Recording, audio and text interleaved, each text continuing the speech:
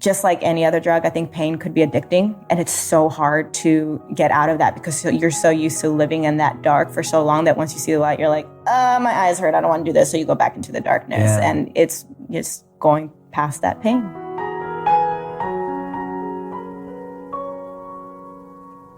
Hey everyone, it's so great to be back with you, and I can't wait to introduce you to my next guest. We've been trying to get our schedules to align for so long. We finally made it happen, and I'm so excited to speak with her. She's got an incredible series of things happening in her life, and I'm excited for her to share them with you. Her name is Francia Raisa, and she's an American actress and activist, and she's currently starring in Freeform's wildly successful Grownish, and has so many more exciting things coming as well. Francia, thank you so much for being here. Thanks for having me. That was a great intro. Oh, thank you. I appreciate that. Well, I was going to add that even though we've only met once before this, I've followed you on Instagram since. Yeah. You've made me laugh. You've moved me. You've made me feel that you're so involved in so many meaningful efforts. Yeah. And so thank you, Instagram, for letting us connect more and for keeping us connected since you're there. Yeah. You've been very active and it's great. I appreciate all the comments and stuff that you give back. And same with you. I mean, all your stuff is super inspirational. I'm like, yes, I can do it. Let me get up. No, thank you. And your, I think I said it on the day, like your 1 million celebration. Oh gosh. So Francis, if you haven't seen it, you have to go through her Instagram profile. You have to scroll back to when she hit 1 million and she did this dance to celebrate. Yeah. And it was so good. And by the time we filmed, I'd already been dancing for 2 hours. I was so tired and I'm like, wow, I'm not 14 anymore where I can just keep going. Yeah, but it was fun. You did. I did. You made it happen. Yeah, you didn't retire. Somehow. You didn't skip anything. It looked amazing. No, you're awesome. And I'm so excited for you. I saw the article in Variety the other day. Yeah. This is incredible. Yeah, I'm very excited about it. I can't believe I didn't even know about the story, just to kind of elaborate on it. Yes. I want to hear all about it. Well, in 1947, California became the first state to desegregate all schools thanks to a Mexican-American family. And people don't really know about that unless, you study Chicano studies or really look into our history. And Brown versus Board of Education is really the only piece of history that we know with desegregating schools. But actually, Thurgood Marshall used Mendez versus Westminster as a gateway for Brown versus Board of Education. And, I found out about this story in January. And I brought it to Mandy TV, my producing partner, and we were just on it and trying to get the family to come on board with us. And they've had so many people approach them about a film, and somehow they felt more comfortable with me than anyone else. So now we're here in the development stages, and I'm very, very excited to finally bring this story to light. Yeah, that's beautiful. How did you find the story? My boyfriend, actually. Oh, yeah. wow. So I've been wanting to produce for a long time. I've been doing this business for 13 years now, and I just kind of wanted to do more than just acting. And Mandy's always been pushing me to produce as well.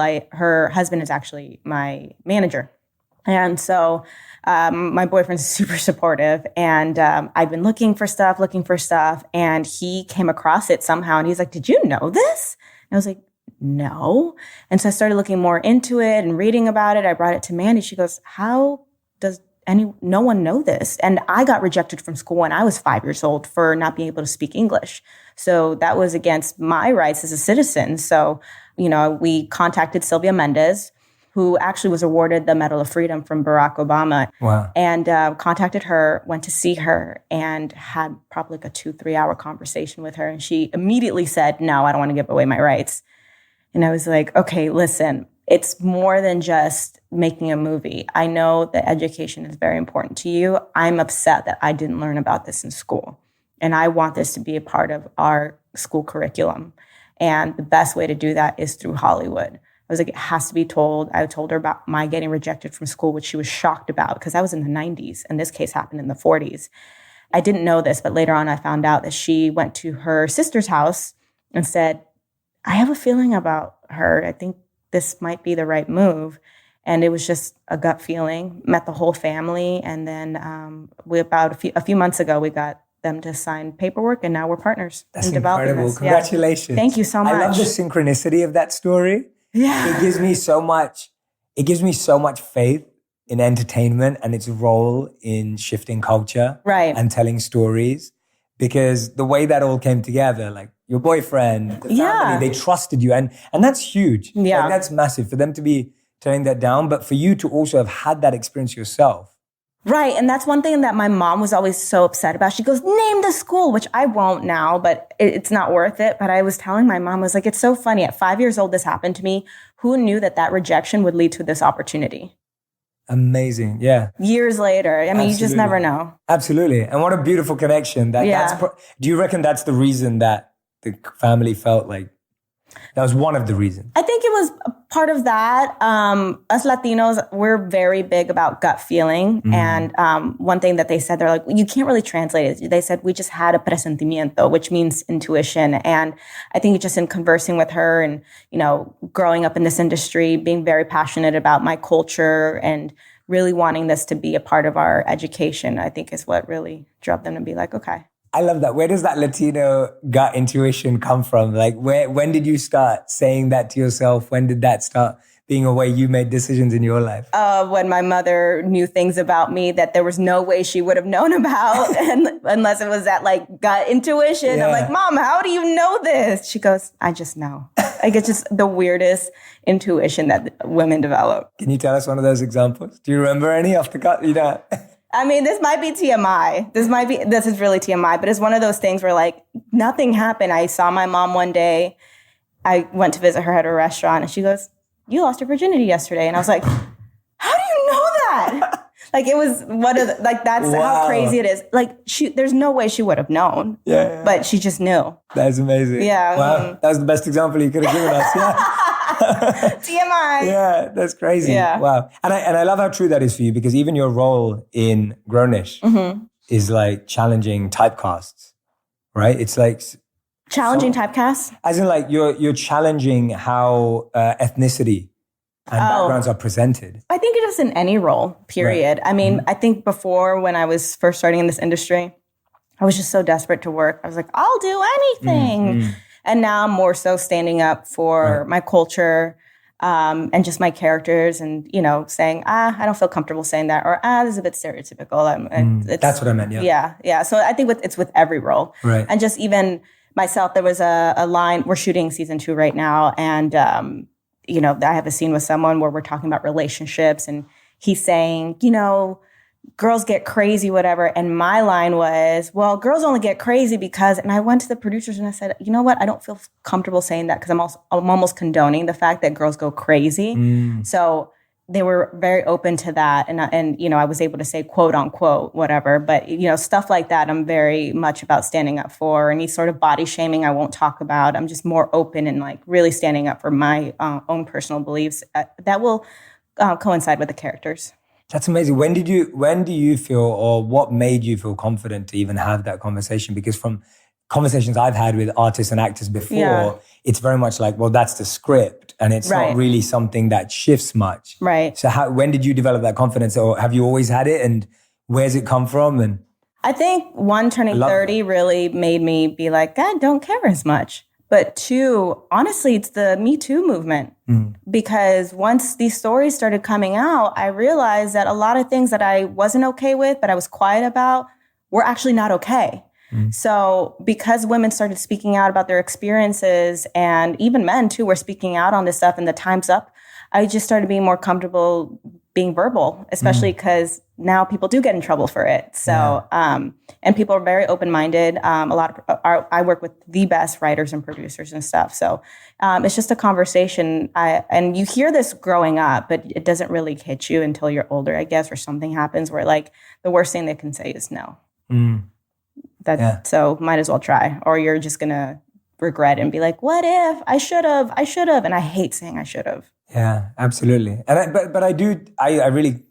I recognize and value that so much. I admire it so much, because I think I always said that if we don't see the culture of media shift, then we can't expect in real life. I remember when you started to see more LGBTQ representation in media, then people feel like they can be themselves. Yeah, exactly. Off screen and offline. Yeah. And I feel like the fact that you're doing that, that makes me so happy. Yeah. It's such a huge thing to do.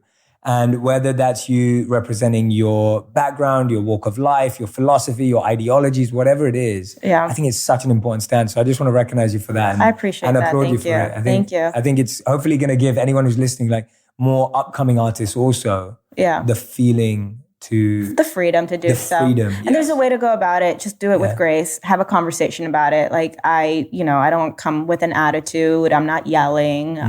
I try to, not sometimes. Sometimes it slips. But yeah, you just got to have a conversation. Be like, this is where I'm coming from with it. Just with any relationship, communication is key. You got to be the change. So, just talk about it. Where did you get this amazing attitude? I love it because that's what I've been experiencing on Instagram. And I'm like, every time you post something, I'll be like, oh my God, Francia is so like evolved. And just, in a good way. Like you just have this awesome energy about it. I appreciate it. And I was just like, where do you get it from? Where does it come from? Honestly, lots of therapy and church. A lot of church, yeah. Nice. I've been actively going to church for a while now, but I think in 2000, what year are we in? 16? 2018.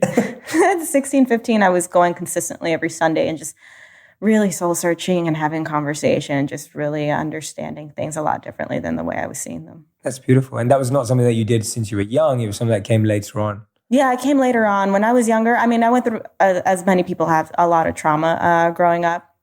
And I was just angry and I was going through a lot of pain. And I was just so confused. And I started working at 17 years old. So I went from being a senior in high school to filling out W-2s, not understanding what I was filling out. And at the time I was dating someone that was 19 years older than me. So I was just so confused about life and just lost. And I didn't actually receive therapy from that relationship till about, almost 8 years later, where I actually realized what kind of trauma I had gone through, what kind of verbal abuse I had gone through, and just really had to grow up because it came to a point where I was just so depressed and I could not get out of my closet. Like that's where I would pray and just cry was my closet, and I just could not leave. And I was like, I can't live like this anymore. So, my pastor came into my life, who's like my big brother now. My acting coach said, I won't coach you unless you go to therapy. Wow. And so I was really forced by my loved ones to seek help. And here I am a few years later. But I needed it and I wanted it. And I've learned that it's really a choice. Like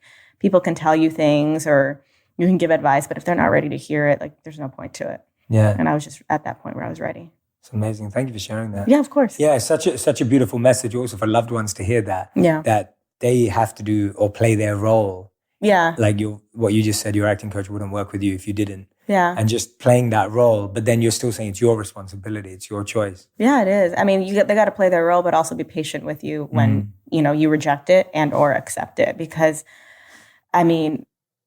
just like any other drug, I think pain could be addicting. And it's so hard to get out of that because you're so used to living in that dark for so long that once you see the light, you're like, my eyes hurt. I don't want to do this. So you go back into the darkness. Yeah. And it's just going past that pain, past that addiction.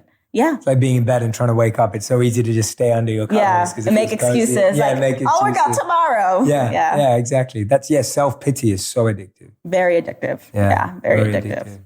That's amazing. It's nice to see how different people find different things that create that. But therapy and church seem to be popular. Yeah. Something spiritual and something therapeutic that helps you talk it through. Yeah, exactly. Are you now providing, are you someone who is a helper amongst your friends too and like guiding them through their challenges? And sometimes it depends on the situation.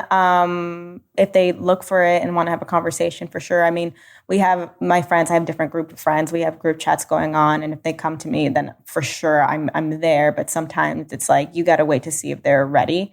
Or if there's a point where I'm like, we need to have a conversation. What's going on with you? Then I will. But it just really depends. You don't want to force it on anyone either. I didn't like it when people forced it on me. So I don't do that. I'm really big about if I don't like something, I'm not going to do it. Yeah, absolutely. I think that you have to give people that freedom. Yeah, if it doesn't feel like your choice, you're never going to follow up. Yeah, exactly. Absolutely. Yeah. I love it. I read somewhere that you were talking about the child of an immigrant work ethic. And yeah. And I love that. Yeah. Can you tell us a bit about that? Like what? To say what? No, just like what do you mean by that? Because I think like that theme is kind of coming out a lot more in media now. A lot of people are like, I'm a child of an immigrant. It comes with a certain work ethic. It's impacting my success. How has it impacted yours? Well, let's see. When President Trump came into office, just like many people, I was very angry, especially because while he was running, he talked about my family. And I say my family because I am Mexican and Hondureña, and we consider each other family, as aliens, as rapists, as murderers, and all this stuff. And I've always been proud of being a first-generation American and speaking Spanish growing up. I'm bilingual. And then that was tested when he started running. And so I started being more active and outspoken about how proud I am of our culture. And my father actually was born and raised in Honduras, came out here when he was probably in his 20s after both his parents died, and doesn't speak a lick of English to this day. Someone told him when he landed, if you want to make it in Hollywood, you have to learn English or you're never going to make it. And he said, watch me. And in 2014, he got a star on the Hollywood Walk of Fame and still does not speak English. He's been very successful in his career. And I think his work ethic and the fact that I had hope and what can happen living right next to me is what's really made me be like, no, we're not aliens. We're not murderers. Like, my father helped change the world a bit, and that he's a Latin man who doesn't speak English. What are you talking about? So I think that's where that comes about, and my passion for it. And, you know, again, there's other people that are first generation. What an incredible role model to have right next to you. Yeah. That's amazing. That's amazing. How has that had pressure, or has it just has positives? There's been a bit of both. I mean, there's no positive without pressure, I think. Okay, yeah. Nice. I like that. Yeah. So growing up, there was a bit of pressure, I guess. I didn't understand it growing up because my father was famous, and I didn't know him walking down the street and people asking for photos. I didn't understand it because to me, it's just my dad. And I remember being like, Dad, when we go out today, you're not allowed to take pictures and you're not allowed to meet people. And if he did, I would cry and be like, you promised me. Not understanding. And then it just felt a little pressure because I had to hold up this persona because I'm Kukui's daughter and I didn't understand what that meant. And then when I chose to be a part of this industry, kind of living up to his name a little bit, because he's a huge activist. And I think that's why he got the star. One, his ratings were really great in the Latin market, but also he's, started a nonprofit. And, when the earthquake in El Salvador happened, he built homes and he built churches and he built schools and he went to Nigeria. He's huge in philanthropy. So, wow. Yeah. So now seeing your success, if you were to ever have kids, I don't know if you want to have kids, but if you were to ever have kids, how would you do it with them, with people wanting to take pictures with you and reliving that? How would you manage that? I don't know. I've never even thought about it that way. Sorry, I'm like fast forwarding. You're fine. Because obviously it is a thought. Like ever since I turned 30, I was like, okay. Because my mom brought it up. She goes, I do want to know what it's like to have grandkids. I'm like, no pressure. I don't know. I mean, I think it's just having to explain it. Yeah. Yeah. Yeah. I don't know. That's your kid's gonna be born with 1 million followers already on Instagram. That's like the new thing, right? Like, I see it with so many people. Like the child's born and they have 1 million Instagram followers, and then it just goes up. And they make money, and they don't even understand. Absolutely, it's crazy to me. That they're advertising like the latest sneakers or whatever. Yeah, I know exactly. I'm one of those cute. people. Part of it's cute. Yeah, it's really cute. Gosh, that's a good question. I don't even know what I'm going to do. Yeah, I'll let your you know. mom asked me to ask you, so messing around. Yeah, no, it's definitely something that I think about a lot as well. It's just, the culture that, not just that, but the culture that we all grew up in. It was different for me growing up in London. Yeah. And, I remember like my parents would never get me a pair of Nike sneakers, because it was just like, no, you can't have those. Like we can't afford them, whatever it was. And then I remember getting my first pair. And then now I'm in a very different world. Yeah. And you just wonder how different things impact. And even hearing your story of the background and culture you've grown in. Yeah. I'm always just fascinated by how people get their incredible ideologies. Yeah, I remember that too, where we couldn't afford anything. And then my dad took me to Toys R Us one time and said, get whatever you want. And I was like, what? You're not limiting me to like one toy. Yeah. Yeah. And I mean, hopefully when I have kids, I can provide. Yeah. But I think, it's having a conversation. I don't think they ever really talked to me about what he did and helped me understand it. It was just like, this is what he does, and it is what it is. Right. Yeah. Yeah, that's interesting. Yeah, that would be a hard conversation. I don't think they understood because Hollywood wasn't like a thing. I mean, growing up in Honduras and Mexico was just a dream, but I grew up with it over the hill. And so I think it's just having a conversation. My parents weren't very open with having conversations with us. They were very like conservative and old school and stuff. I mean, I remember when I asked my mom what a virgin was, she goes, it means when you're not married. Right. And when you're not a virgin, you're married. And that was it. That's how I found out about sex. That's what it was. Wow. You're just, so they didn't talk to me much. And then she told you were married. Yeah, I know. Wow. Okay. Right. Yeah. Yeah. No, that's interesting. That's awesome. Everyone who is listening right now, Francia learns all her lines the day before a shoot. Like, I'm so impressed right now. Yeah. You have an epic memory. Yeah, you just told on me to production. It's okay because I was no. Oh yeah. Oh, sorry. Oh yes. No, it's fine. It's fine. No, she doesn't. Yeah. No, it's fine because, as long as I am prepared when we run lines and when we're shooting, it's fine.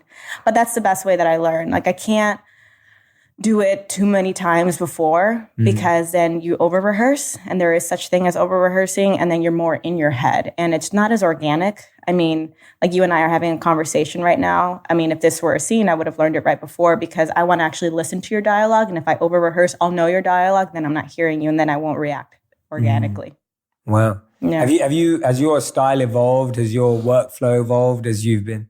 What's been like the newest lesson that you've learned in your space? Probably like what I just talked about is listening, really, really listening, improvisation a little bit because it's my first time on a comedy. Yeah. And, they kind of give us wiggle room to ad lib or improvise. And I don't think I've really gotten much of that before. Right. So it's really made me stand up and like listen and be on my toes and come up with something clever, which that's actually really hard. So SNL people, you guys. Woo. Do you think you become funnier in the process? I hope so. Yeah? I really hope so. What is your I get some laughs. Yeah, definitely. We listen for that because if Video Village is where the producers and the writers sit, if we don't hear them laughing, we're like, am I not funny? Oh, no. And when we hear them laugh, even though sound hates it, we're like, no, it makes us feel good.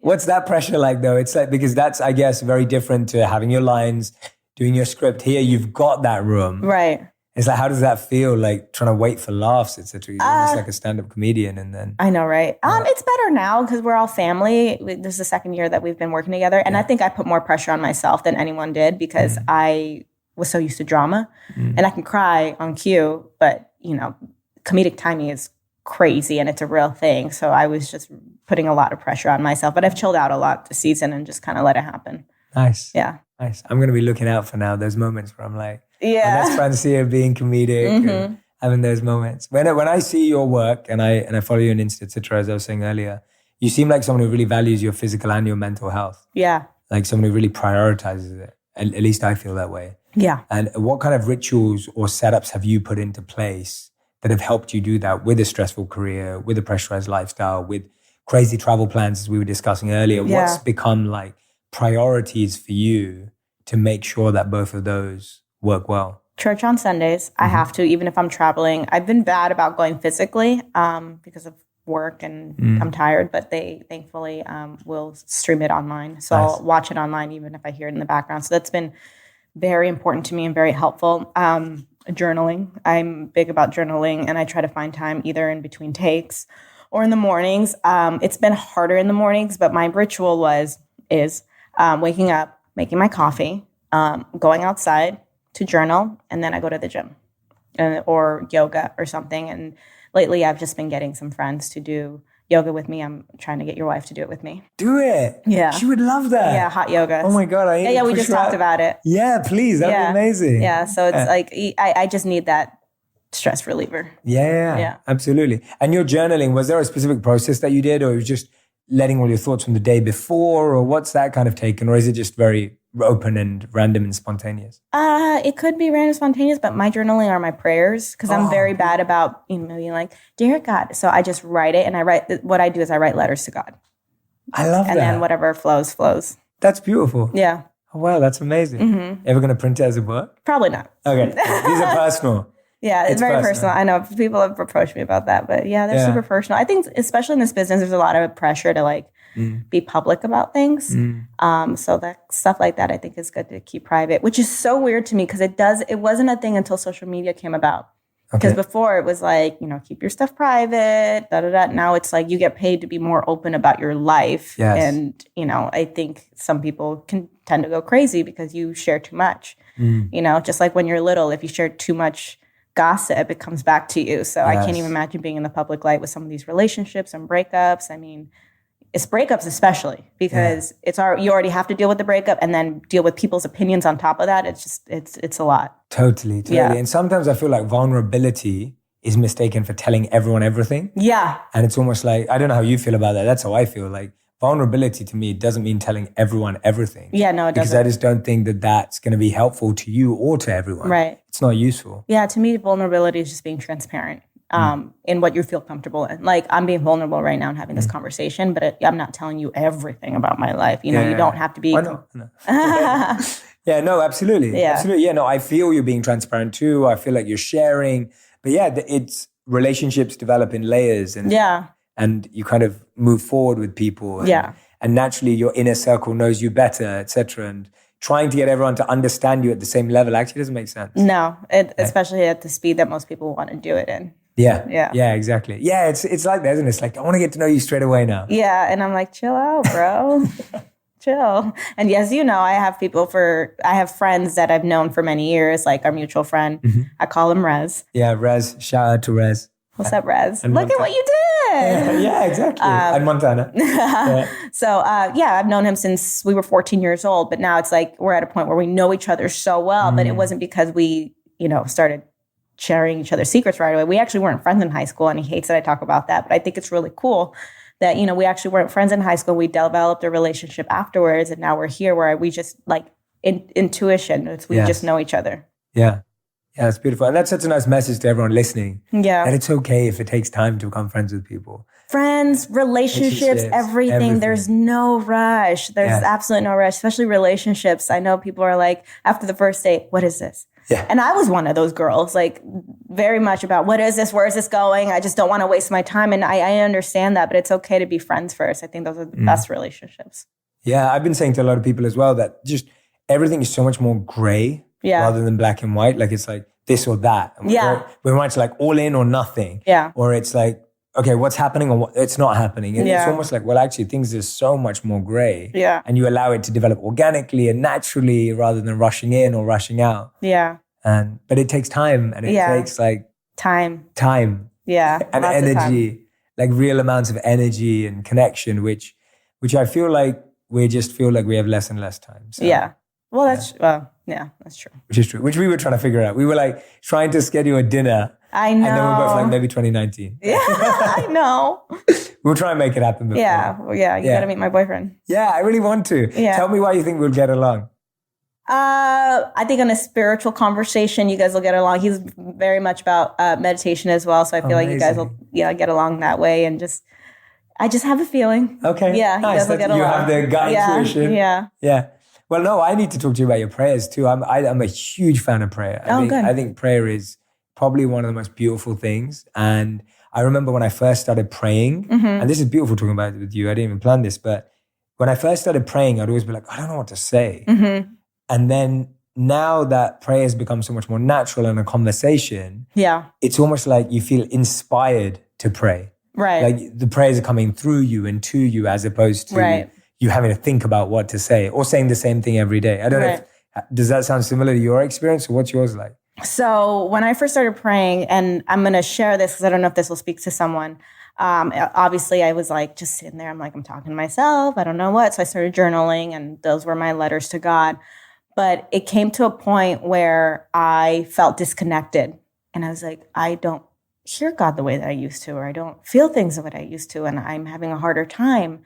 And I was really discouraged, really frustrated. And this happened earlier this year. And I was going to my pastor. I'm like, I come to church, but I feel so disconnected. I remember during worship, I would cry because I would feel it. And now it's just very like blank to me.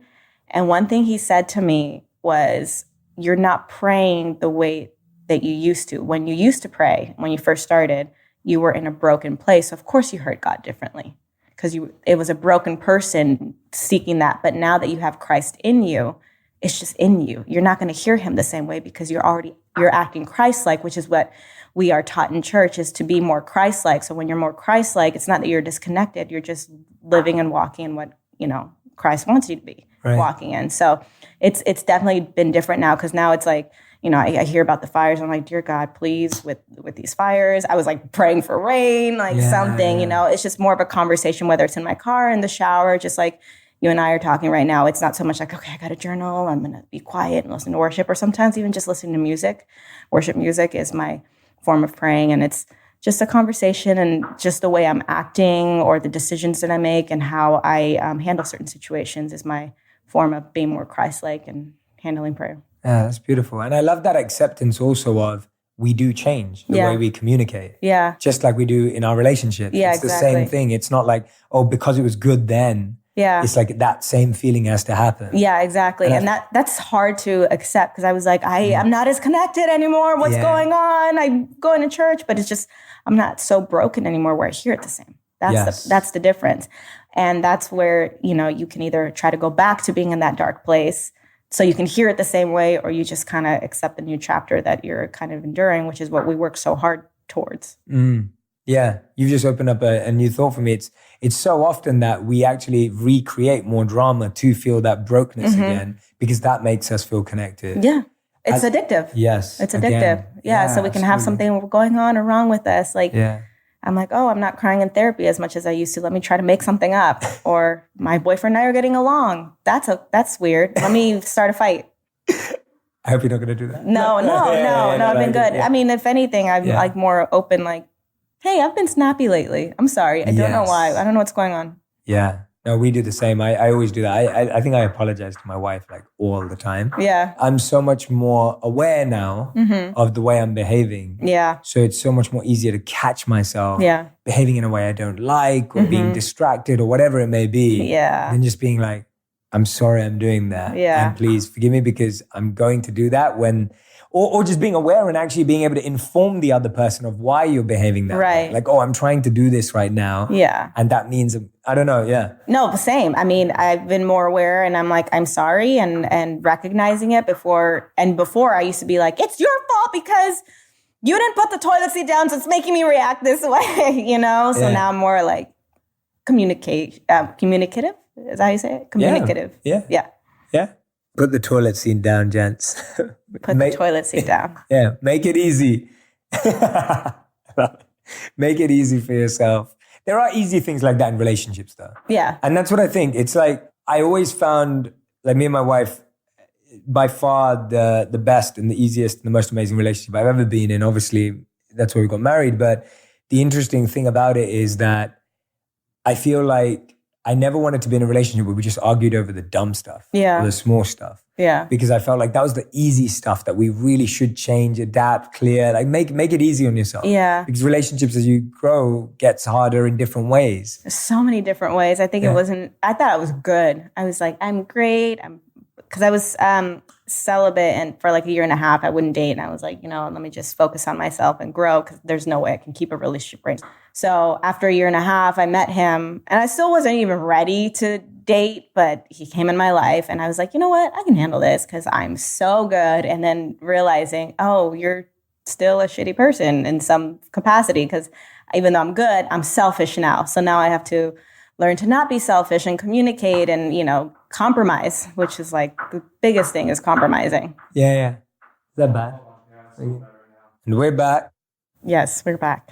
After that technical difficulty of some roof work going on. Yeah. I think. But no, we were so, and I love where we were, because we were talking about relationships. Yeah. And so much of my audience is watching a lot of my videos, which are about relationships. I'm fascinated by them because I had so many failed relationships previously. Same. To my marriage. Same. Oh, good. Okay. So we're on the same wavelength. And I failed so many times. I made so many mistakes. I got so many things wrong. And I wanted to help people, whoever wanted to avoid those same mistakes. Right. And allow me to explore content around relationships, because I really do feel it takes up such a big part of our lives. Mm-hmm. And we were both talking about ours. So we were diving into just awareness on when you walk into a relationship, someone's at a certain level, someone's at a different level. Yeah. And how sometimes some people have to be patient and wait. Yeah. Tell me when you've got it wrong and now when you're getting it right, when you're understanding yourself better versus when you didn't. Well, I think when I first got into my relationship, I was still very selfish and very much about my ways. And I wasn't necessarily looking for a relationship. I hate saying this, but it does happen when you least expect it. So 2017, yes, was a crazy year for me. I had just sold my home, and I didn't have a home because I was leaving to film the day I closed escrow. And so I didn't want to get into a new house and not even be there. So, and I sold all of my furniture. I just needed to get rid of everything. I had too many memories and energies that I didn't want, and it was just time for a change. And that probably was the best decision that I'd ever made. Like, so many of those energies are just gone. They're not a part with me, and it just made a whole weight just lift off me. Very expensive, but also very healing for me. And so I moved in with one of my friends. Many of you know this story, with my friend Selena. And I was in that new search of myself. I had been going to church and therapy and, clean slate. And then, I went through a kidney transplant, and I booked Grownish a few weeks after the transplant. And so I was like, wow, life is definitely taking a turn just from me getting rid of that old energy. So it was just like a turn of events that happened. And I didn't even realize that there were certain choices that I had to make in order to jump into that new way of life that I wanted. And sometimes it's hard decisions, like selling your home that I had lived in for 8 years. And I kid you not, I woke up at 3:00 in the morning and God was like, you got to sell your house. And I had felt it months prior, but I wouldn't listen. And then I was put in a position where I just had to. I remember having the worst anxiety, and I was cringing. I couldn't sleep. I was crying. And it was the best decision I'd ever made, cleansing myself of all of that. And I met my boyfriend on set. I don't remember meeting him. He said he does, but he said he knew just from looking at my headshot. And he was like, who is that? And I think some people were like, don't mess with an actress, which, whatever. But he started talking to me pretty immediately on set. And I didn't really notice it because, I just wasn't mentally there. I was just trying to do a good job. And I had so much stress on myself that no one else put me in, of being funny, or just even, at the time I was 29 years old and I was playing 18. So I was like, I need to look young and I need to act young and everyone else is young. And it was just unnecessary pressure I just put on myself. And he just knew. And was 2 weeks into filming, he had invited me to Catalina Island to celebrate his birthday. And it was just me. And I was like, no, I don't know you. You might kill me. And I was he was like, why not? And I'm like, I don't know you. I'm not about to get on a boat with you to go to some island. That's weird. And I was really shocked because my sister, who never usually likes anyone, was the one that pushed it. I went at lunch. I was such a brat. The minute I got there, I was like, I get seasick, just so you know.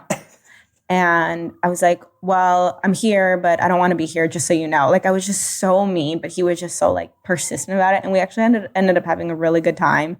And then I ghosted him as much as I could because we were working together for a month. Way. I swear.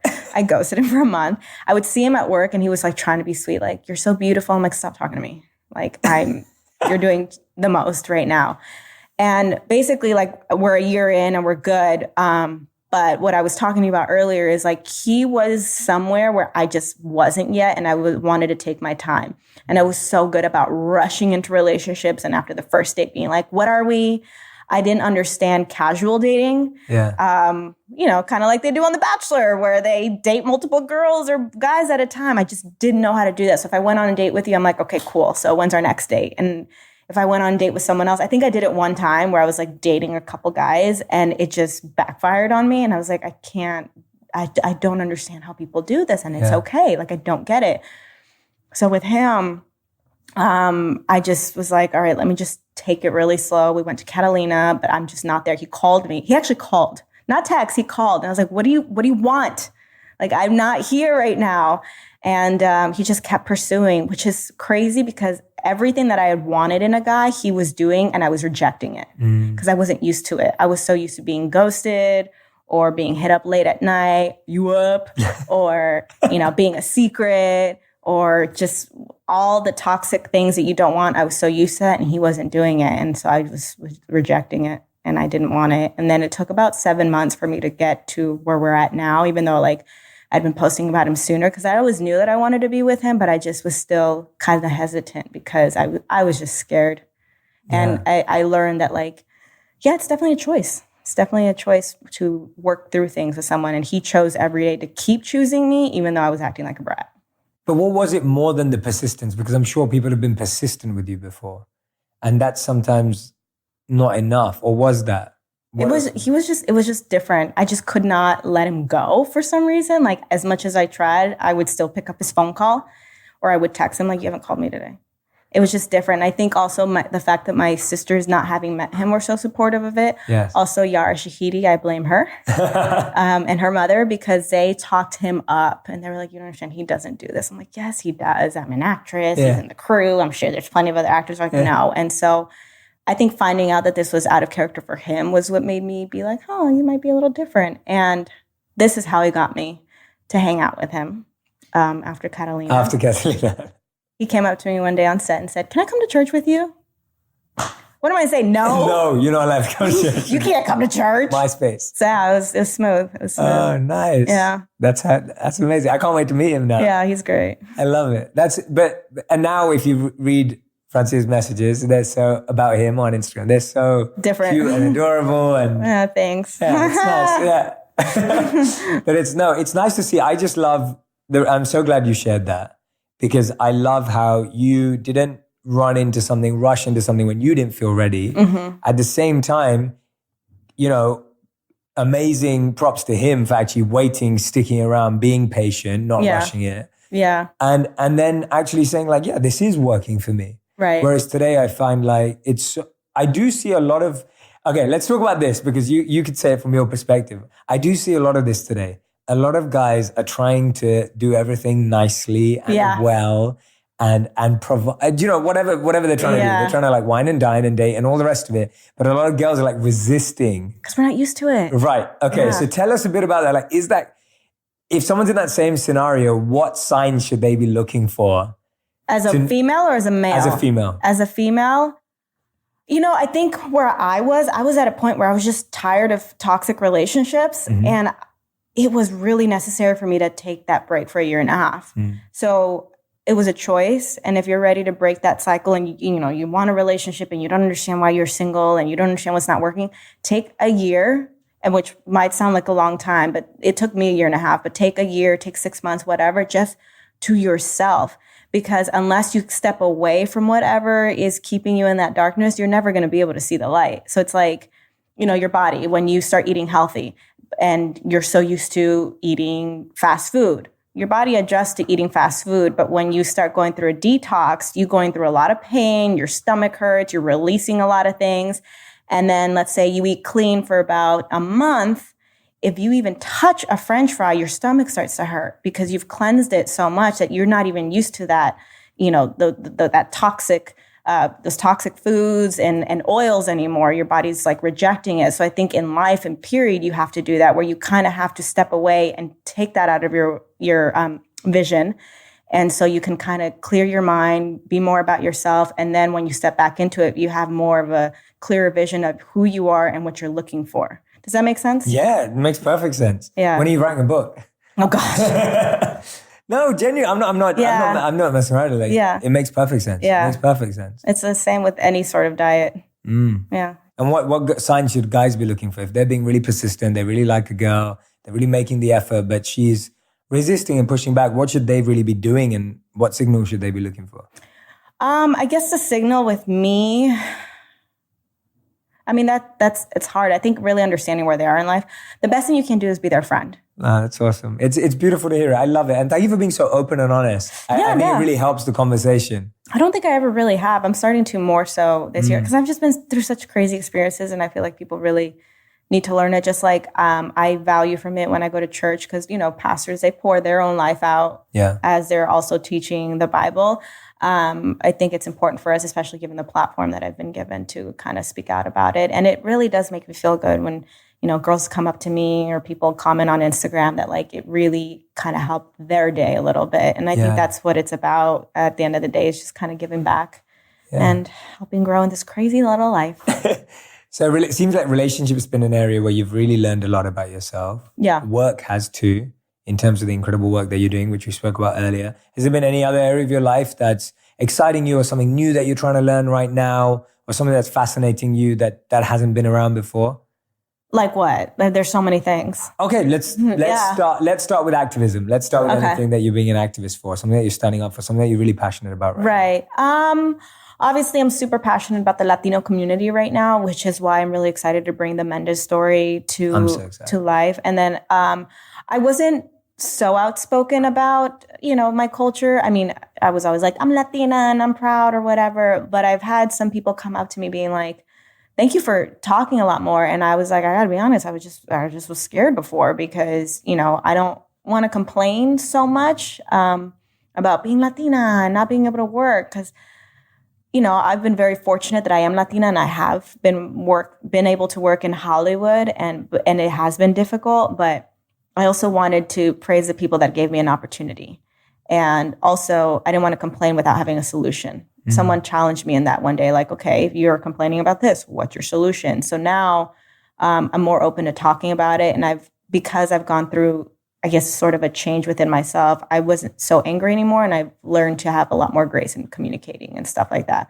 And obviously being a voice for those who don't have a voice, being a first generation Mexican and Honduran American, just kind of speaking out about, what we're kind of going through and how we do bring value into America, as some people might think we don't. Yeah, and I'm sure you're getting a lot of positive feedback and support. Yeah, it's been crazy. It's been really amazing. The feedback, the support, how, a lot of other fellow Latinos are like, thank you for finally speaking up, which I'm glad that I waited because I'll talk about this and it coincides with that. My kidney donation, for example, many people have told me, why don't you speak more about that? Why aren't you an activist on organ donation? And to me, my response is, it's something that I personally went through. It was a personal choice. It just happened to be very public because of who I gave it to. But I want to be able to talk about it when I'm ready. And I don't want to feel forced just because I have a platform, because then what I'm saying is not genuine, it's not sincere, and it's still a lifestyle that I'm adjusting to. Also, again, it was a personal choice, and I understand my platform, but I still need to personally understand why I made that choice and how I feel about it and kind of educate myself more before going out and talking about it. And there's just so much pressure put on celebrities where it's like, well, you've done this and you've gone through that, so you need to talk about it. And it's like, no, I don't. I really don't. I mean, I will at some point, but in my own time, when I have the right words and it sounds genuine and not like I'm a robot and someone was feeding me these lines. And because people can tell, especially nowadays with social media and stuff, it's just so easy to tell what's fake and what's real and what's paid and what's not paid. That is such a great lesson. Yeah. Like what you just shared is such a great lesson. Like just A, about being ready, and B, about having the right words. Yeah. It's not just a broadcast. It's not like a tweet. It's not just a message of like, yeah, this is what I'm doing right now. Because if you've been able to process it, learn from it, reflect on it, think about, like what you said, like you were just adjusting to a new lifestyle. Yeah. And so when you're transitioning, it's very hard to articulate how you feel. Yeah, exactly. To explain how you feel. And so many people are being forced to just talk about it. Because popularity, et cetera, and just breaks you through and people start talking about you a bit more. Yeah, exactly. Yeah. And same with, growing up a Latina and now working in Hollywood, like I didn't understand. I needed the right words. I hadn't gone through enough struggle to really understand until, recently, because, my dad helped me understand that I can do it, and most people don't have the advantage. So I needed to go through my own Hollywood experience to be able to sit here and be like, all right, here's the deal. Yeah. Yeah, I love that. Thank you for sharing that. I think everyone listening, that's like a huge, huge takeaway. Yeah. I mean, there's been so many takeaways from our conversation, but that's a huge one, just about being ready, going through the process, doing the work, going through the journey. It's not easy. Doing the work is probably the hardest part. It's the hardest part. Like, being in college, studying for the final, it's the hardest part is studying. And then once you're done, it's like, okay. Yeah. Yeah. Yeah. And then comes life. And then comes life. Yeah. And then comes other things. And then comes other challenges. And one thing my therapist said, and she keeps repeating it to me until it finally hit me, was nothing in life is fair. Nothing in life is logical. The minute you understand that and accept it, you'll understand freedom. And it's very true. Absolutely. Do you want to unpack that a bit? It makes sense as it is, but let's unpack it. Okay. Yeah. Well, what did you get from it? So no, I love it. I absolutely love it. I think I say something similar to myself, but if we take that nothing in life is fair, a lot of people take that as negative. So a lot of people hear that and go, oh, well, if life's not fair, then life's not going to do anything for me. I'm not even going to try because life's not fair, right? Like, because that makes some people, not me, makes people feel like hopeless and helpless and like, life's not fair. Even if I work hard, nothing's going to happen because life's not fair. So I'm just going to sit in bed all day. So let's unpack it from that. Like, how do you understand it in a way that doesn't give you that feeling? Well, I'll speak as an actress. Nothing in life is fair. Sometimes a person will get a job that I was up for. And I know I work way harder than that person. And I know that I put more time into studying, and this person just got a DUI the other day, but because they have more followers, they got the job. That's not fair. And so what I've had to learn that is, it's not fair, but that also wasn't the job for me.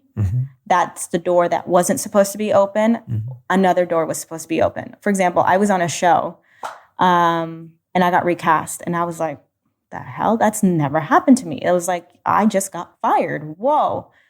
And it was not fair. I didn't understand. It was the dumbest. I mean, I actually can't even tell you the reason. I don't know, because I never got a phone call. I never got any sort of explanation. But I kid you not, it wasn't fair. But then I wouldn't be on Grownish right now. So again, like I said, rejection leads to opportunity. So I don't know what happened. Okay, so that person doesn't work as hard. That lifestyle, whatever their choices are, is not my problem. And if I focus on that, on what isn't fair, then I'm not able to move on with my life. It doesn't mean that you're not going to have another opportunity. It just wasn't that one, which is fine. And that's the hard part, is accepting, okay, it's fine that I didn't get that one. Yeah. No, I love that. And that seems to be a recurring theme in your life as well, of rejection and then opening. Oh, that's the only thing this business is rejection. Yeah, it's more rejections than positives. Yeah. I mean, I've been doing this 13 years, and my resume, I'm grateful for it. But out of let's say there's 10 things on my resume, I auditioned for thousands of them, and I got no's, and I got 10 yeses. Yeah, it's such a numbers game. Yeah. Like success and failure and breaking through is such a numbers game. Yeah, it's hard. It's not easy. It is hard. Yeah. I remember I before I ever made a video, I had this idea that I wanted to share mindful messages that were hopefully going to be empowering and positive and uplifting. And I was pitching it around to all these media companies, because I never had any background in the media. Like, no one in my family has ever worked in the media. I don't have any network that's ever worked in the media. I just don't know anyone growing up in London. All my family are like doctors or lawyers and dentists. And so I'm pitching this idea out, and literally 40 to 50 media companies just said, we're not interested because you have no media background, you have no journalism background, you've never made a video before in your life, despite the fact that I'd studied and taught that for so long. Right. And one thing I always say to people is, you just need one person to say yes, right? You just need one yes. Yeah. And we're so worried by like the 1,000 no's. Yeah. Lady Gaga says that right now all the time. She goes, 100 people will say no to you. You just need that one yes. But also you need that work ethic to keep going so you can get that one yes. And that's what's hard. And then you got to sit back and realize, why am I doing this? Is it because I want the notoriety for it? Or is it because I want to help people? Because every job is to help somebody. Yes. It's not just for yourself. Obviously, there's reward to it. Like, for example, for us, there are a lot of events and people that we get to meet. Those are the rewards that we get for doing what we do. But then there's also the other reward of being able to speak for those that can't speak for themselves. Yeah. And that's where you got to focus on. Yeah, and you do that so well. Like you're using the platform to do that so much. How did you do it though with the rejections? How do you do it in a way where you can observe and judge yourself so you know you need to change? Like, because when you're hearing no often, there's one school of thought that's like, yeah, just keep going. But then there's the other school of thought like, am I getting no because I also need to grow? Yeah. Right? Am I hearing no because I also need to change or progress? Right. How have you factored that into your own work and career? A lot of honest people in my life. And again, I was just ready to hear it and change and learn it and kind of talk about the pain I was going through. When I first started working with my manager, he was very transparent with me on, how people viewed me. And then I was very transparent with him, like, okay, so this is what I've been going through and this is why I was acting like this. And I'm not that person anymore. And, my words can say it, but my action will say something differently. And so now I just, the no's that I get, the rejection that I get, I'm like, I dissect it a little bit. It's like, well, let me get feedback. Oh, it was because of this. Okay. All right, cool. Then I'll know that for next time rather than just dwelling and being upset. Because some have been career changers for some people. Yeah. And I'm like, This could have been me. Yeah, that could have been me, but I was too depressed. And honestly, if I would have gotten those jobs that would have changed my career, I wouldn't be here today. Personally, I probably would have fallen off the deep end somehow because I wasn't ready for it. And that's when I'm like, okay, God really knows when you're ready for something or not. Because some people get it and they're not ready for it. Yeah, absolutely. And it's so much nicer when you can actually have your success when you're able to actually navigate it effectively. Yeah, like exactly. To have it when you can really appreciate it, you can acknowledge it, you can experience it without sometimes externally having the success. Yeah. But then internally, you're not even actually processing any of that. Right. I think it came to a point where it wasn't such a priority to me anymore. I remember my boyfriend makes fun of me now, but when we first met, I was like, work comes first. Work is number one, and then it's family, and then we'll fit you in there somewhere. Like I was so like work. And now I'm like, you know what? I just want to be able to eat every day and save and have a home. That's all I care about. It's not even so much about getting a job or reaching the capacity I want to go to. It's just about being able to survive. And because I've changed my mentality, just all this work keeps coming, and I wasn't so focused on it, and to where I could appreciate it more and just kind of sit back and take my time with it. That's such a beautiful place to be. Yeah, I mean, it again goes with relationships. When you're not looking for it, it comes to you. When you're not looking for that job, somehow it comes to you. And my boyfriend's really big about that. He's very good about manifesting things, and then they just happen. And I'm like, please teach me that gift. Yeah. Like he just quit a job recently and he was like, I don't know what's going to happen. He's freelancing and his phone hasn't stopped ringing. Yeah. And it's amazing to me. Yeah. So because so many people talk about manifesting as having a clear vision, knowing what you want, and I have my own thoughts on this, but so many people talk about manifesting as having a clear vision. Whereas when you're talking about, you're actually saying when you're not chasing something, that's when people are attracting it. Yeah. How have you thought that whole philosophy through? I think it boils down to faith, being able to see the things that are not yet in front of you. So I'll go back to God. It's like, for those that are believers, it's like, that God's always with you. You don't ever physically see him. You don't ever, you don't have them by your side, but you know that it's there. And you know that it's there. So even like when you have a dream in your heart, and I truly believe that God's not going to put a dream in your heart if it's not going to happen, but you have to go through the growth of it. And that's the part that like people don't want to do. Yeah. My pastor said this one time. He was like, isn't it crazy how one day you're like, all right, I'm going to follow God and I've changed and I'm a new person and everything's going to be great. And that's when you go through the worst time of your life. You go through hell after you say yes and you're mad. You're like, it's been a month. I go to church every week. I pray. I read the Bible. Why is everything so bad? Yeah. And, he talks about a puzzle and how you got to break the puzzle and then kind of put it back together. It's like you want God to fix everything in a week when you've been messing up your life for 25 years. And you expect it to be just good right away.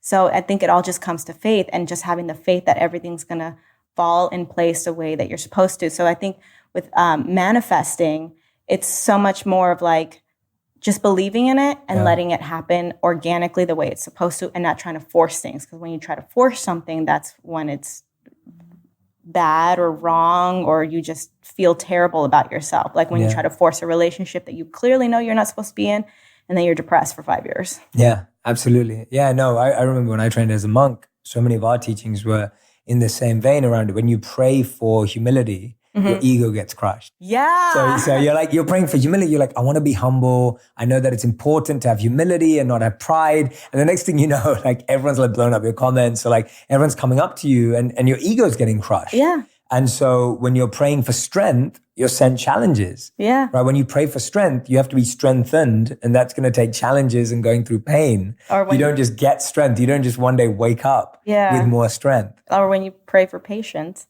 Yeah. And then your patience gets real tested. Yeah. Yeah. Exactly. It's just, blindly trusting that things are going to be okay, just like we blindly trust an Uber driver to get us safe to our destination. Yeah. I remember one of my friends actually told me once, he was like, I don't pray for that stuff because I know it's going to bring me pain. Like, I know. He was like, I'm not even going to pray for patience. Even like, pastors say, don't pray for patience. That's the worst prayer you can give. Yeah. All right. Yeah. Because you'll be really pushed. Oh, really, really pushed. Yeah, but, the other side looks great. Yeah. But everything takes time. Yeah, absolutely. And the beautiful thing about getting that ability or that characteristic or that quality or whatever we want to call it, that virtue, is that it stays with you. Yeah. And you now have that in your toolkit. Yeah. Like once you've experienced patience or lived with patience, you can now use that again in the future. Yeah. It's not like you lose it. Yeah. One of the things that I value more is grace. Once I understood grace, I've definitely had a lot more patience with people because I understand grace. And I'm glad that I went through the struggle of understanding what grace really was so I can actually walk the way that I have been walking just from understanding that. Can you define and share your understanding of grace for anyone who doesn't? Oh God, it's so hard to define it. I get that. I think just having a patience with people. Like, for example, there are so many mistakes that I've made in my life, as we all have, growing pains or whatever. And God had the grace to still love me through it and take me to the side. I know there's so many people who are like, I can't walk in church until I'm good with God because if I walk in there, I'm going to turn into flames. I'm like, no, that's like the best time to actually walk into church. And that's when the angels are like, hallelujah. Yeah. And I think when I encounter people that probably don't have the best spirit or the best attitude, I just have a grace for them because I'm like, you know what? I don't know the pain that they're going through. I don't know the darkness that they're in. It might look good on the outside, but something might be going on the inside. And I'm just a little more patient and just like, okay. Yeah. I mean, sometimes people do press my buttons and I do snap. I am human. But I'm very good about going back and be like, yo, what's going on? Because I didn't like the way I reacted to this. And I reacted to this because you pushed me this way. But like, I'm sure something deeper is going on. Yeah. No, it's beautiful. Well explained. Yeah. Yeah. No, we've always called it causeless mercy. Yeah. Mercy. And like, sometimes it's causeless. Like you're feeling that love and kind and support. And then you start seeing it in the tough times. Yeah. And you start seeing it even through, you know, you see yourself being held when you're like, oh my God, I can't see anything right now. Yeah, exactly. I mean, this is so silly, but I watch wrestling, WWE, and a wrestler. No way, still? Yes. I love it. Well, there was a wrestler that every time he came out on stage, he got booed. And people were mad because he didn't do a lot of stuff outside of the ring, like interviews or meet and greets. He didn't do anything. And he just came out in the ring about a month ago now. And he said, I've been battling leukemia for the last 11 years. Oh, wow. And it's back. And I can't fight anymore. So he has to go get treatment again. And it really just told me and showed me, like, you don't know what people are going through. So he's getting booed on stage. And people are saying he's the worst champion. I don't understand why he's where he's at. But it's like, I think his name is Roman Reigns. I think he just had a deeper understanding of what life really meant. And when he wasn't in the ring, he wanted to spend time with his family instead of trying to grow his fame even more than what it already was. Yeah. And that put it more into perspective again. Like everyone is going through something. You just don't know what it is. And then it came to that where people are like, oh, I'm sorry. I didn't know. Yeah, exactly. And even the other side, like I have a father figure and a spiritual mentor back in London who has been giving himself, like a pastor, like giving himself to people his whole life, like serving the community and thousands and thousands and thousands of people.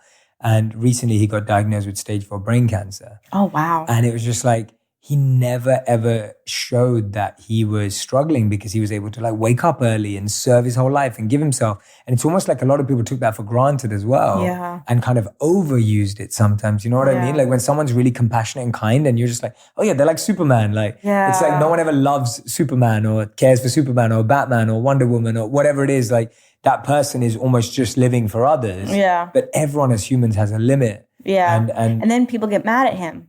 Yeah. When I got back from Life Size, one of my castmates went through that. He had a conversation with me a few weeks ago and he was like, I was really upset because I had a hard time when I came home. We were filming in Atlanta for a month and we had a consistent job every day. I was fortunate enough and I'm grateful. And this is the first time this has happened to me in 13 years where when I got back home, I had another job, but most of my castmates had to start auditioning again and we're auditioning while we were filming. So it's not even like you can enjoy a job.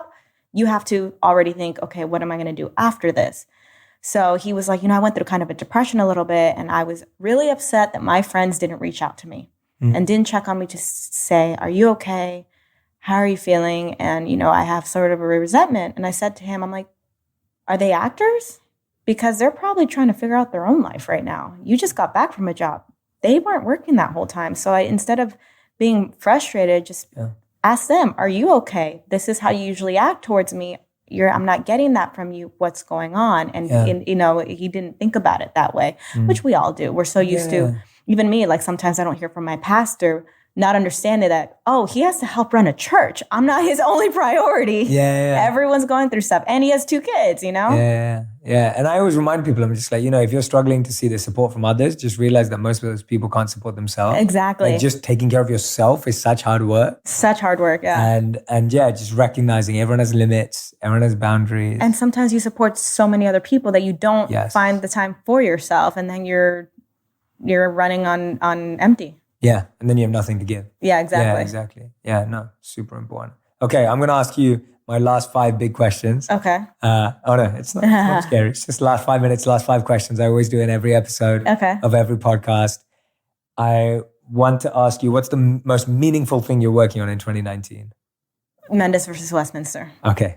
Awesome. Yeah. And we're going to see it in 2019 or no, we're not going to see it? No, probably not. Yeah, probably exactly. not. Yeah. I'm really focusing on finding the right writer to write the script because I really want it true to the story.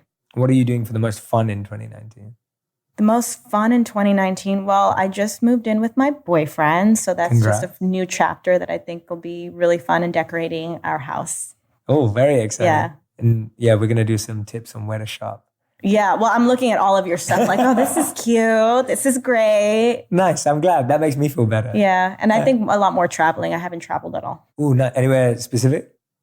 We really want to go to Thailand. We talked about India. We should go together.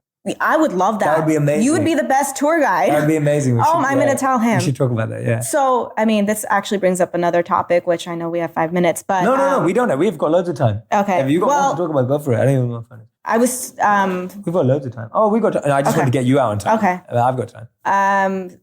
2019, we want to travel more. I'm 30 years old, and I have not traveled much, and I'm embarrassed to say that because I suffer from FOMO, fear of missing out. And I was too scared to leave town because I was scared of missing out on an audition. Or I was scared of missing out on a possible job or what if or a party or this gathering. And I'm sad because I'm 30 and I haven't done anything. I'm like, I have nothing to talk about. And then sometimes I'll do interviews. They'll be like, what's your favorite place to travel to? And I don't have one. If I've traveled, it's for work. So I'm really, 2019, I'm looking forward to like saying, okay, I'm going to travel and this is what I'm doing. And I know there's certain actors that have missed out on really big movie roles because they traveled, but I think they're grateful that they took the time for themselves rather than, getting that job opportunity, which is a career changer, but they also have other opportunities to have career changers. Yeah. And you're not old. I'm not. Exactly. But I hate that I haven't traveled. Like I've had the means to, and I just haven't. Well, it's great. Now you just got to make up for it. Yeah.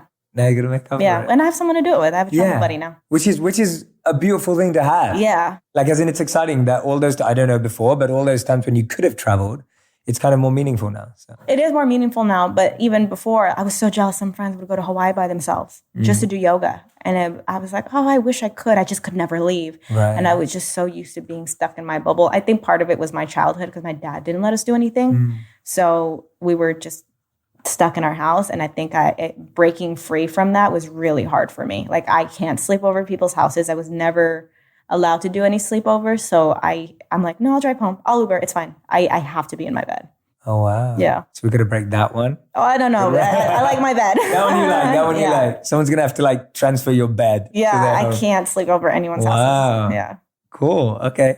Nice. Okay. Third big question was around, so we asked you the most meaningful, the most fun. The third one I was actually going to ask you earlier, you mentioned a book. Do you read a lot? I try to. I haven't read as much as I've been wanting to because I mostly read scripts.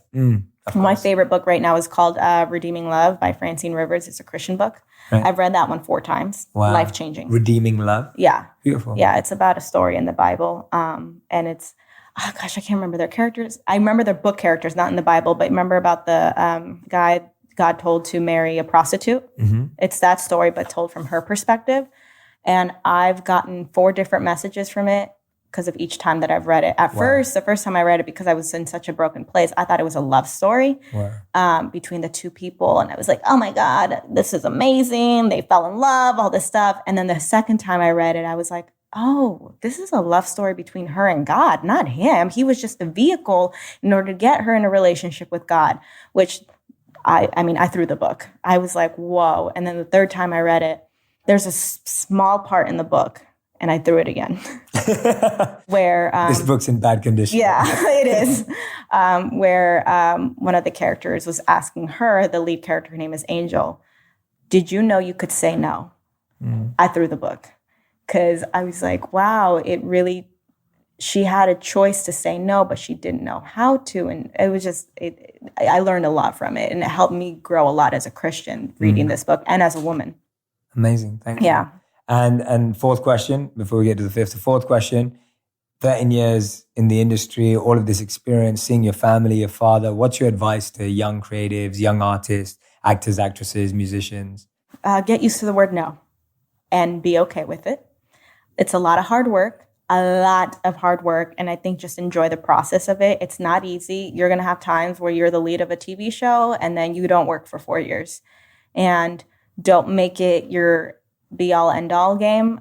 Have a hobby, have other things going on. One thing that I wish I did and I didn't do, and it's still something I want to do, is I didn't go to college because I didn't think I needed to. And I let an ex tell me that I shouldn't, because why do you need college? It's stupid.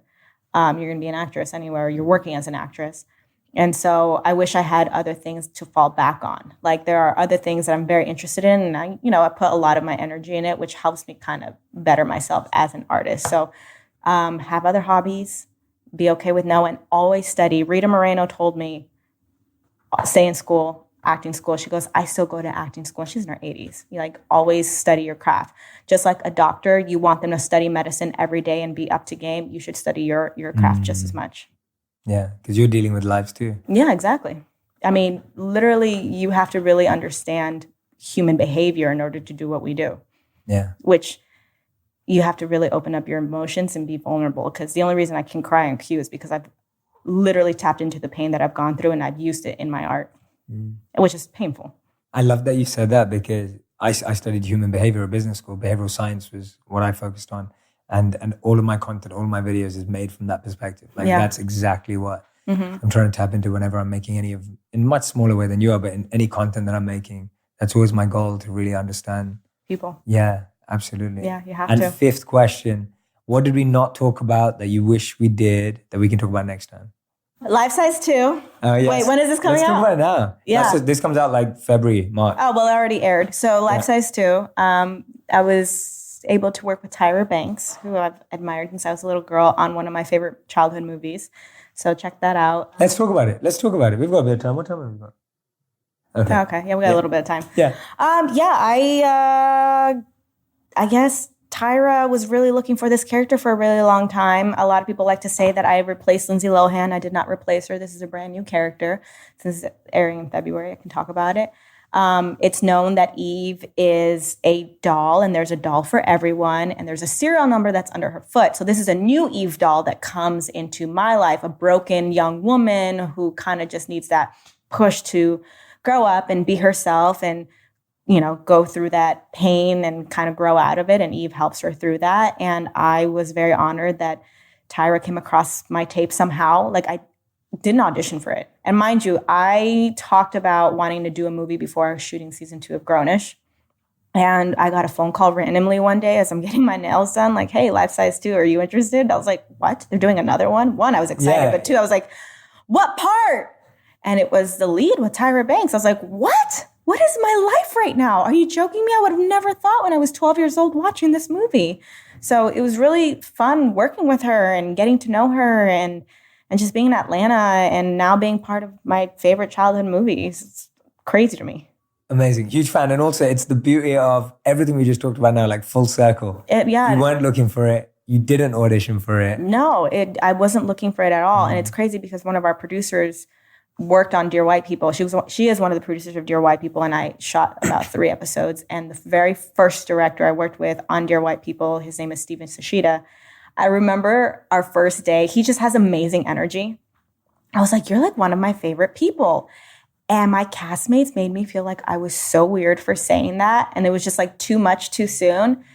And then he was a director on Grownish, and then he directed Life Size 2. And I was like, I knew it! Like, there was something there, and everyone thought it was weird, but I just knew that there was like, he was just so special. Yeah, amazing. I met Tara for the first time recently. Oh, really? Where? Yeah. I was at this Continuum conference, which was a social media creator and influencer conference. Just a small collection of us. And she was invited and she keynoted and she's amazing, isn't she? She's got an incredible presence. And I think we forget how huge she just has an understanding and knowledge on so many different things. Yeah. Like she's so much. She works really hard, and all her success is so well deserved and earned. She's very plugged into everything. She was so plugged into our movie and really wanting it to, well, because I'm an old fan. I grew up with it. So she really wanted to cater to us OG fans, and I really appreciated that.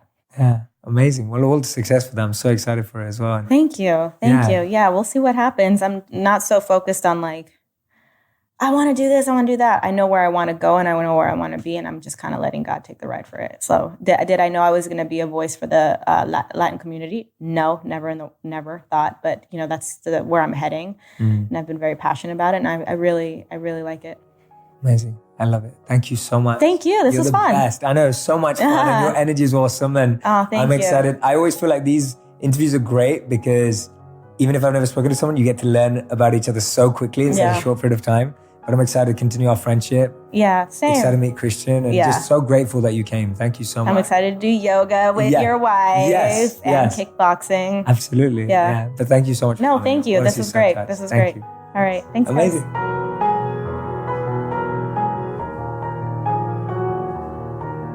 Thank you so much for listening through to the end of that episode. I hope you're going to share this all across social media. Let people know that you're subscribed to On Purpose. Let me know. Post it. Tell me what a difference it's making in your life.